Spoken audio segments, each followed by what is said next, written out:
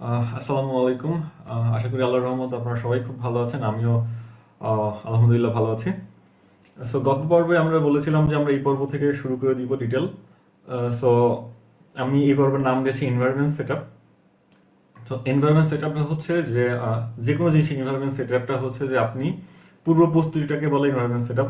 Suppose আমাদের এই কোডিংটা শুরু করার জন্য যে জিনিসগুলো প্রয়োজন সেই জিনিসগুলো সেটআপ করাকেই বলে এনভায়রনমেন্ট সেটআপ। যেমন এখানে আমাদের লোকাল সার্ভার সেট আপ করতে হবে, গিট কম্পোজার সেট আপ করতে হবে, কম্পিউটার কনফিগারে কিছু বিষয় আছে। তো কাজ শুরু করে দেওয়ার আগ মুহূর্তে যে জিনিসগুলো করা প্রয়োজন সেটাকে বলে হচ্ছে এনভায়রনমেন্ট সেট আপ। সো আমি প্রথমে যেটা নিয়ে কথা বলবো সেটা হচ্ছে, যেহেতু আমরা কাজ করব হচ্ছে কোঅর্ডিনেটর নিয়ে। কোঅর্ডিনেটর হচ্ছে একটা এমভিসি ফ্রেমওয়ার্ক। সো প্রথমে যে আমাদের জানতে হবে যে আসলে এমভিসি জিনিসটা কি, এমবিসি জিনিসটা কি, ফ্রেমওয়ার্ক জিনিসটা কি। সো প্রথমে যদি আমি দেখি এমবিসি জিনিসটা কি, এমবিসি হচ্ছে একটা ডায়াগ্রাম আমি বের করেছি। আর সেটা হচ্ছে এটা। এটার সিস্টেমটা হচ্ছে যে একজন ইউজার রিকোয়েস্ট করছে কন্ট্রোলারকে, কন্ট্রোলার গিয়ে মডেলে গিয়ে কিছু একটা পাঠাচ্ছে এবং সেটা কন্ট্রোলার আবার সেটাকে গ্রহণ করে ভিউ করছে এবং সেটাকে ইউজারকে আবার রেসপন্স করছে। সো এই সিস্টেমটা হচ্ছে এটাই যে সাপোজ আমরা যখন রেজাল্ট দেখি, এডুকেশন বোর্ডে যাই, এডুকেশন বোর্ডের ওয়েবসাইটে রোল নাম্বার দিই, রোল নাম্বার দিয়ে ইন্টার করি, দেন রেজাল্ট আসে। তো আপনি ধরেন এই যে এটা হচ্ছে আপনি ইউজার, আপনি কি করছেন, এডুকেশন বোর্ডের ওয়েবসাইটে গিয়েছেন। ওয়েবসাইটে গিয়ে আপনি আপনার রোল নাম্বার দিয়ে রিকোয়েস্ট করছেন। সো কন্ট্রোলার যেটা করে, কন্ট্রোলার আপনার রোল নাম্বারটাকে নিয়ে সেটাকে মডেলের কাছে পাঠায়। সে একটা মিডিল পজিশন, কন্ট্রোলারটা মিডিল পজিশনে কাজ করে। সেটাকে নিয়ে আপনার রিকোয়েস্টটাকে নিয়ে সে মডেলের কাছে পাঠায়, মানে ডেটাবেসের কাছে পাঠায়। মডেলটা হচ্ছে ডেটাবেস। এমবিসি প্যাটার্নে মডেল বলতে আমরা যেটা বুঝি সেটা হচ্ছে ডাটাবেস। সো বা ডেটাবেজে নিয়ে যত কাজ কারবার হয় সেটা মডেলের মধ্যেই হয়ে থাকে। সো আমরা ডেটাবেজ ধরে নিতে পারি। সো মডেলের কাছে পাঠায়, মানে ডেটাবেজের কাছে পাঠায়। সো ডেটাবেস কি করে, সেই রিকোয়েস্টটাকে সেটা চেক করে যে হ্যাঁ আপনার রোল নাম্বার সেটা আছে কি নাই। যদি আপনার রোল নাম্বার সাথে ম্যাচ করে, যদি আপনি পাস এবং ফেল করেন, সেটা মডেল আবার কন্ট্রোলারের কাছে পাঠায়। কন্ট্রোলার সেটা কি করে, সেটা ভিউ এর মাধ্যমে, ভিউ হচ্ছে আমরা সামনে যেটা দেখি এটাকে ভিউ বলে, সেটাকে ভিউ এর মাধ্যমে সেটা আপনাকে দেখায় এবং আপনি সেটাকে দেখতে পারেন যে হ্যাঁ আপনি এ প্লাস পেয়েছেন নাকি সিডি পেয়েছেন, সেটা আপনাকে দেখাবে। সো এটাই হচ্ছে এমবিসি প্যাটার্নের মেন কাহিনী। আহ, এখন আসি ফ্রেমওয়ার্ক নিয়ে। ফ্রেমওয়ার্ক কি জিনিস, যদি আমি এখানে আসি, হোয়াট ইজ ফ্রেমওয়ার্ক ডেফিনেশন। এখানে বলা আছে framework is a particular set of rules, idea and beliefs which you use in order to deal with the problem or to decide what to do. এটা হচ্ছে যে ফ্রেমওয়ার্কটা হচ্ছে একটা পার্টিকুলার রুলস এবং idea. এটা কেন বলা হয়েছে, সাপোজ যদি আমরা চিন্তা করি পিএইচপির কথা, র পিএইচপি কিভাবে কাজ করে। আপনি যদি র পিএইচপি দিয়ে কোনো একটা অ্যাপ্লিকেশন তৈরি করতে যান, তো সেক্ষেত্রে আমাদের কি করতে হয়, আমাদের পার্টিকুলার কোনো রুলস নাই। আমি সেম পেজের মধ্যে আমি যে ইন্টারফেসের জন্য যে কোডগুলো আছে সেই কোডগুলো করতে পারি, মানে ওয়েব ডিজাইনিং এর জন্য বা ডিজাইনের যে কোনো একটা কোড করতে পারি। সেম পেজের মধ্যে আমি আহ, যে র পিএসপি যে কোড সেটাও আমি ঢুকাইতে পারি। সেম পেজের মধ্যে আমি মাইস্কুল করতে পারি। জিনিসগুলো অগোছালো এবং ওই প্রজেক্ট আপনি ছাড়া যখন অন্য কারো হাতে যায়, সেটা তার পক্ষে সেটাকে আগে নিয়ে যাওয়া খুব ডিফিকাল্ট হয়ে যায়, যেহেতু এটা অগোছালো। এটা র পিএসপিতে কাজ করলে আপনি আপনার প্রজেক্ট আপনি নিজের মতো করে গুছায় কাজ করতে পারবেন, কিন্তু সেই প্রজেক্ট অন্য কারো হাতে গেলে সেটা তার জন্য বোঝাটা ডিফিকাল্ট এবং সেটা স্ট্যান্ডার্ড ওয়েতে হয় না। এবং যদি একটা ফ্রেমওয়ার্ক ছাড়া হয়, একটা পর্যায়ে গিয়ে ওটা আপনি নিজেও ম্যানেজ করতে পারবেন না। যখন আপনি অনেক বড় অ্যাপ্লিকেশনের দিকে যাবেন, ওটা নিজের ম্যানেজ করা অনেক ডিফিকাল্ট হয়ে যায়। তো সেই ক্ষেত্রে আহ, তারপরে যেটা চলে আসছে সেটা হচ্ছে ফ্রেমওয়ার্ক চলে আসছে, যেটা কিনা আমাদের এই প্রবলেমগুলো থেকে মুক্তি দেওয়ার জন্য আসছে। কিভাবে সেটা মুক্তি দিচ্ছে, আমাদের তিন ধরনের কোড করতে হয়। একটা হচ্ছে যদি আমি একটা ফ্রেমওয়ার্ক, সাপোজ আমরা পিএসপি ফ্রেমওয়ার্ক নিয়ে যদি কাজ করি, পিএসপি নিয়ে যদি আমরা এখন তো পিএসপি নিয়ে কাজ করবো, পিএসপি নিয়ে যদি তখন কাজ করবো, সো আমাকে পিএসপির কোড করতে হবে। তারপরে আমরা সামনে যে ইন্টারফেস যেটা দেখবো, ডিজাইন যেটা দেখবো, সেই ডিজাইনিংয়ের জন্য আমাদের কোড করতে হবে। ডেটাবেস যেটা করবো মাইস্কেল, ওইটার জন্য আমাদেরকে কোড করতে হবে। সো তিন ধরনের কোড করতে হবে। র পিএসপিতে যেটা হয়, এই তিন ধরনের কোড আমরা এক পেজের মধ্যে করতে পারি, মানে অগোছালো সিস্টেম। কিন্তু যখন আপনি ফ্রেমওয়ার্ক নিয়ে কাজ করবেন, তখন এই প্রত্যেকটা পার্টিকুলার কোড প্রত্যেকটা নির্দিষ্ট একটা জায়গায় গোছালো, সো এইভাবেই হচ্ছে ফ্রেমওয়ার্কটা কাজ করে যে আপনার যেখানে যেটা প্রয়োজন, যেখানে ডেটাবেজের কোড করা প্রয়োজন সেটা আপনাকে ডেটাবেজের কোডই করতে হবে, যেখানে আপনার পিএইচপির কোড করা প্রয়োজন সেখানে পিএইচপির কোড করতে হবে, যেখানে জাভাস্ক্রিপ্টের কোড করা বা আপনার ভিউ এর জন্য ইন্টারফেসের জন্য যে কোড করা প্রয়োজন সেখানে সেটা করতে হবে। সো সেই জন্যই এটাকে বলা হয়েছে হচ্ছে ফ্রেমওয়ার্ক। এটা রুলস এবং রেগুলেশন, রুলস এবং একটা রুলস এবং আইডিয়া নিয়ে একটা করা হয়েছে, এই জন্য এটা বলা হয়েছে particular set rules and ideas. So এখন যেটা আসবো আমরা সেটা হচ্ছে যে হোয়াট ইজ কোঅর্ডিনেটর। সো এখন আসি মেইন পার্ট। সো যদি দেখি আমরা এখানে কোঅর্ডিনেটর লিখে সার্চ করি, কোঅর্ডিনেটর যদি লিখে এখানে এন্টার করি, দেন এটা coordinator official website.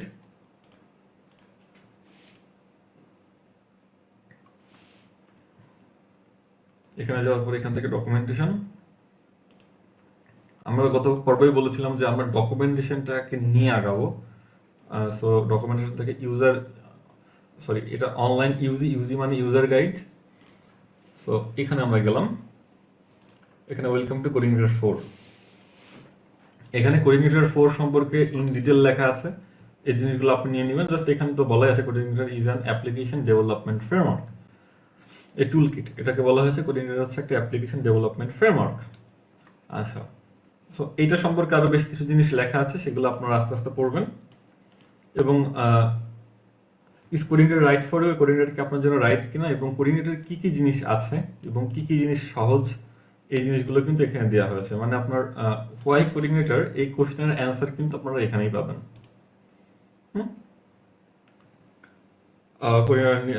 Unit exceptional performance, যদি আপনার এক্সেপশনাল পারফরমেন্স হয় সেটা তাহলে আপনি এটা ইউজ করতে পারেন। যদি কিনা আপনার এটাতে জিরো মানে কনফিগার রিকোয়ার্ড করে না, মানে আপনি চাইলে আপনার যে অনেক কনফিগার করে এটাকে সেট আপ করতে হয় সেটাও না, এটা সহজলভ্যভাবে সেট আপ করা যায়। এটা আপনি কমান্ড লাইনে কাজ করতে হবে এটার কোনো মানে নাই, মানে আপনাকে কমান্ড দিয়ে কাজ করতে হবে এটার কোনো মানে নেই, কমান্ড ছাড়াও আপনি এটা নিয়ে কাজ করতে পারবেন। বেশ কিছু ইজি বিষয় আছে, এগুলো আপনারা আস্তে আস্তে শিখে ফেলবেন বা কোডের মাধ্যমে বুঝতে পারবেন। এরপরে আসি আমি সার্ভার রিকোয়ারমেন্টে। আচ্ছা, আমাদের মেইন ইম্পর্টেন্ট পার্ট হচ্ছে এখান থেকে শুরু হবে আস্তে আস্তে। এখানে বলা হয়েছে যে পিএইচপি ভার্সন এটা 7.3 লাগবে, এটা হচ্ছে মিনিমাম রিকোয়ারমেন্ট, এবং অথবা এর থেকে অর নিউয়ার ইজ রিকোয়ার্ড, অথবা এর থেকে যদি বেশি হয় তাতেও সমস্যা নেই, এবং এক্সটেনশন এটা লাগবে, এবং এটাও এক্সটেনশন লাগবে। এগুলো হচ্ছে পিএইচপির এক্সটেনশন, এগুলো আপনাকে থাকতে হবে ইনস্টল করার জন্য। সো এই জিনিসগুলো আছে কিনা সেগুলো আমরা চেক করে দেখব, এখনই সেটা চেক করে দেখব। সো এই জিনিসগুলো চেক করে দেখার জন্য আমাদের এই জিনিসগুলো ফলো করতে হবে। কোথায় গেল? সো এখান থেকে আমাদের ফলো করতে হবে। সো আমাদের স্টার্ট করার আগে প্রথমে আমাদের লোকাল সার্ভার যেটা সেটাকে ইনস্টল করতে হবে। সো যেহেতু আমি আশা করি যে এটার আগে আপনারা নর্মালি পিএসপি জানেন, সো যেহেতু পিএসপি জানেন তার মানে লোকাল সার্ভার সম্পর্কে আপনার আইডিয়া আছে। আপনাদের অ্যামস বা এইগুলো আমরা জনপ্রিয় যেটা আমাদের কাছে সেটা হচ্ছে যে জ্যাম, এটা আমরা সবাই ব্যবহার করি। সো জ্যামটা সেট আপ আছে কিনা সেটা আমরা আগে দেখতে হবে। যে যখন দেখবো যে জ্যাম সেট আপ আছে, তখন সেট আপের পরে আমরা কি করব, জ্যামটা ওপেন করে নেন আপনারা, করে নিয়ে দেন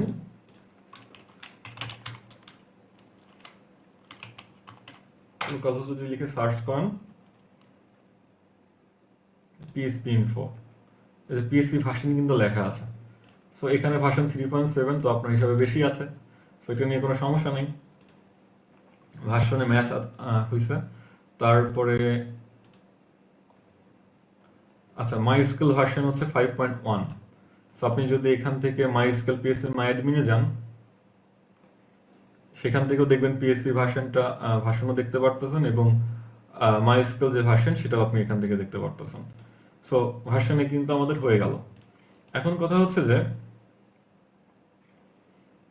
এই এক্সটেনশনটা ঠিক আছে কিনা সেটা আমরা বুঝবো কিনা, এটা খুবই ইম্পর্টেন্ট এক্সটেনশন, এটা ঠিক আছে কিনা সেটা আমরা বুঝবো কিভাবে। সো এটা দেখার জন্য আপনাদেরকে যেতে হবে হচ্ছে আপনাদের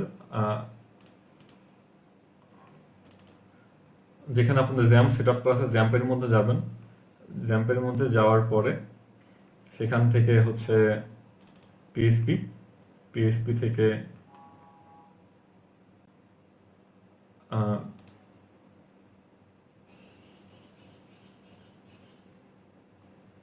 পিএসপি, এই যে পিএসপি আইএনআই এখানে। তো এখানে যদি আমরা এটা ওপেন করি, সো ওপেন করলে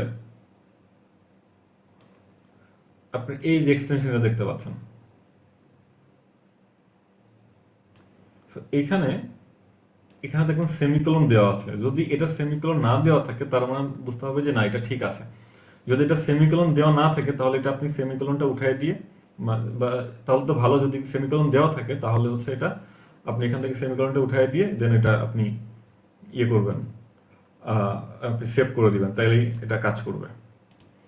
আচ্ছা, এরপরে যদি আমরা আসি এর পরের পার্টে,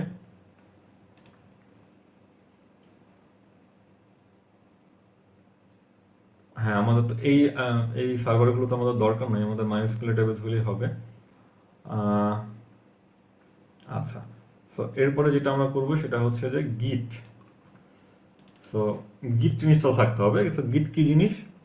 গিট হচ্ছে যে ভার্সন কন্ট্রোল সিস্টেম। আমরা সবাই যদি গিট লিখে সার্চ করি,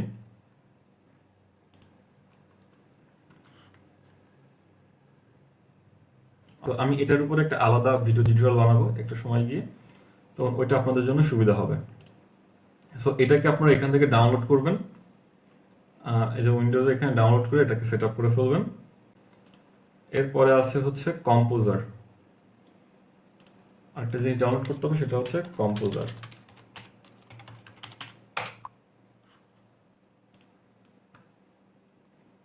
এখানে কম্পোজার ডাউনলোডে গিয়ে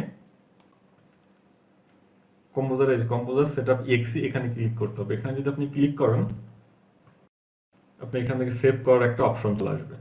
সো কম্পোজারটা সেটআপের একটু সিস্টেমটা আমি দেখাই দিই, কারণ আমার এখানে অলরেডি ডাউনলোড করা আছে।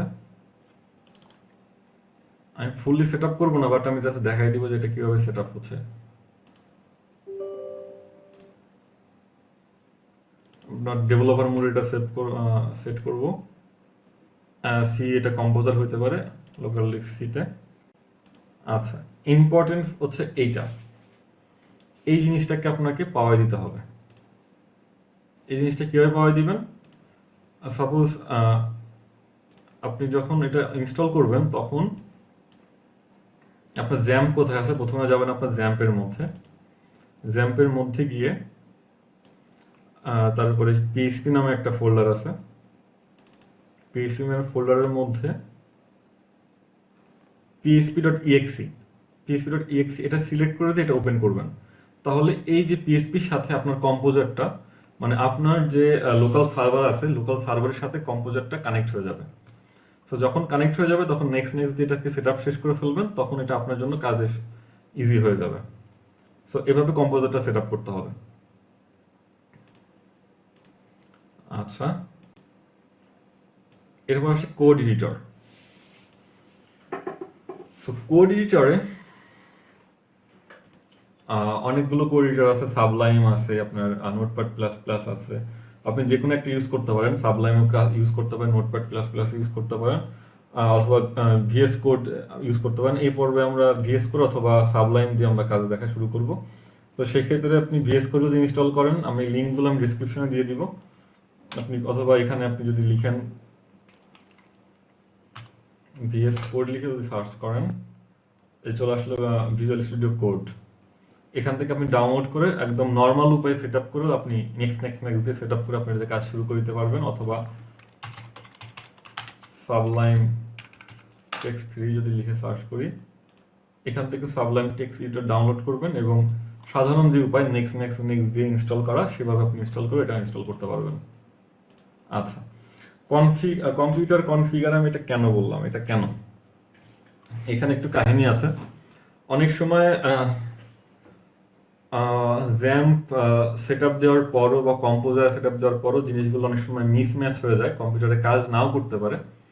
তো সেক্ষেত্রে আমরা ম্যানুয়ালি গিয়েও এই জিনিসটা সেট করে দিয়ে আসতে পারি। কম্পিউটার কনফিগার যাতে না প্রবলেম হয় কম্পিউটার কনফিগে, এই জিনিসটা আমরা ম্যানুয়ালি সেট করতে পারি। সো আমার মতে এটা ম্যানুয়ালি করা ভালো, অনেক সময় অটোমেটিকই কাজ করে বাট অনেক সময় প্রবলেম হয়।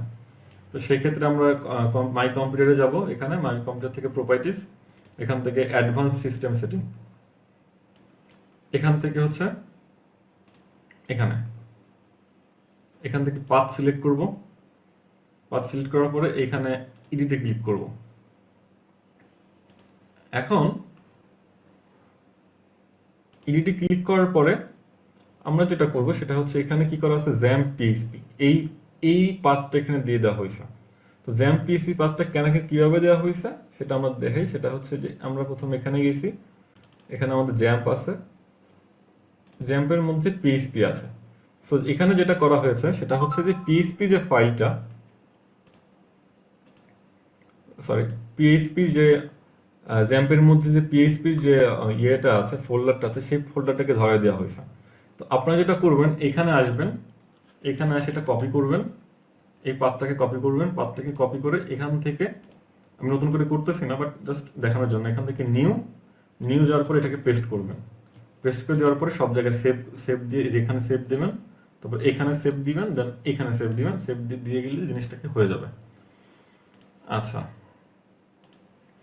সো এই হচ্ছে আমাদের এনভায়রনমেন্ট সেটআপটা। মোটামুটি আশা করি বুঝতে পেরেছেন কীভাবে এনভায়রনমেন্ট সেটআপটা হয়। সো এটা এনভায়রনমেন্ট সেটআপের জিনিসটা হয়ে গেল। অ্যান্ড আমরা জাস্ট এখন আমরা একটা ইনস্টল করে দেখব যে কীভাবে ইনস্টল করতে হয়, কোঅর্ডিনেটর কীভাবে ইনস্টল করতে হয়। সো এটার জন্য আমরা ইনস্টলেশনে যাব, কম্পোজার ইনস্টলেশন।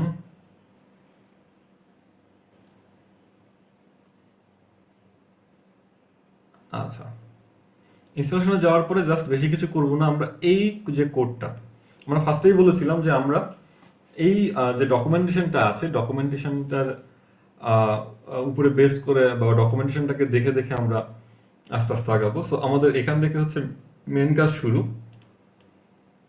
আমরা এখানে আসবো, এখানে এসে এটাকে কপি করব। কপি করার পরে আমরা যাব হচ্ছে আমাদের এইচটি ডক্সের মধ্যে। এইচটি ডক্স কোথায়, যেখানে আপনারা তো জানেন এইচটি ডক্স কি। এখানে আমরা আসবো, এখানে আসার পরে আমরা যেটা করব, এখানে আসার পরে রাইট ক্লিক করব। রাইট ক্লিক করার পরে এখানে গিট ব্যাশ নামে, আপনি যদি সবগুলো যদি আপনি ইনস্টল করে ফেলেন, এই জিনিসগুলো যেটা বলা হয়েছে, এই জিনিসগুলো যদি আপনি ইনস্টল করে ফেলেন, তাহলে দেখবেন গিট এবং কম্পোজার যদি ঠিকঠাক ইনস্টল হয়েছে কিনা, বা ইনস্টল করে ফেলেন, গিট ইনস্টল করার পরে এখানে এই দুইটা জিনিস চলে আসবে। এই দুইটা এখান থেকে ওপেন করলাম। এখানে আমরা জাস্ট এটা দেখবো যে কম্পোজার ঠিকঠাকভাবে কাজ করছে কিনা। তো সেটা দেখার জন্য কম্পোজার লিখে একটা ইন্টার করব। যদি ইন্টার করার পরে এখানে কম্পোজার লেখাটা চলে আসে, তাহলে বুঝবো যে না, আমাদের কম্পোজার ঠিক আছে, কোনো সমস্যা নেই। তারপরে যেটা এখান থেকে করবো সেটা হচ্ছে এটা কপি করা, যেটা আমরা নিয়ে আসছিলাম সেটা, আচ্ছা কপি করে যেটা আমরা নিয়ে আসছিলাম সেটা কই, আমরা আবার কপি করি। এখান থেকে এটা কপি করলাম, কপি করে এখানে পেস্ট করলাম। এখন হচ্ছে যে এটা হচ্ছে যে ইনস্টলের জন্য এই কোডটা ইউজ করা হয় শুধুমাত্র ইনস্টলের জন্য। আর এই কোডটা হচ্ছে, মানে এই লেখাটা হচ্ছে যে আপনার যে কি নামে আপনার প্রজেক্টটা হবে, এটা সেই নাম, এটা হচ্ছে সেই নাম। তো আমরা এই নামটা কি দিলাম, এটা দিলাম হচ্ছে সিআই, এটাকে আমরা কেটে দিই, কেটে দিয়ে এখানে লিখি সিআই টিউটোরিয়াল। সিআই টিউটোরিয়াল যদি লিখি, যদি আমরা ইন্টার করি, আমরা যদি নিচে দেখেন এখানে, আপনি এখানে দেখতে পারবেন যে এখানে আস্তে আস্তে ইনস্টল হচ্ছে।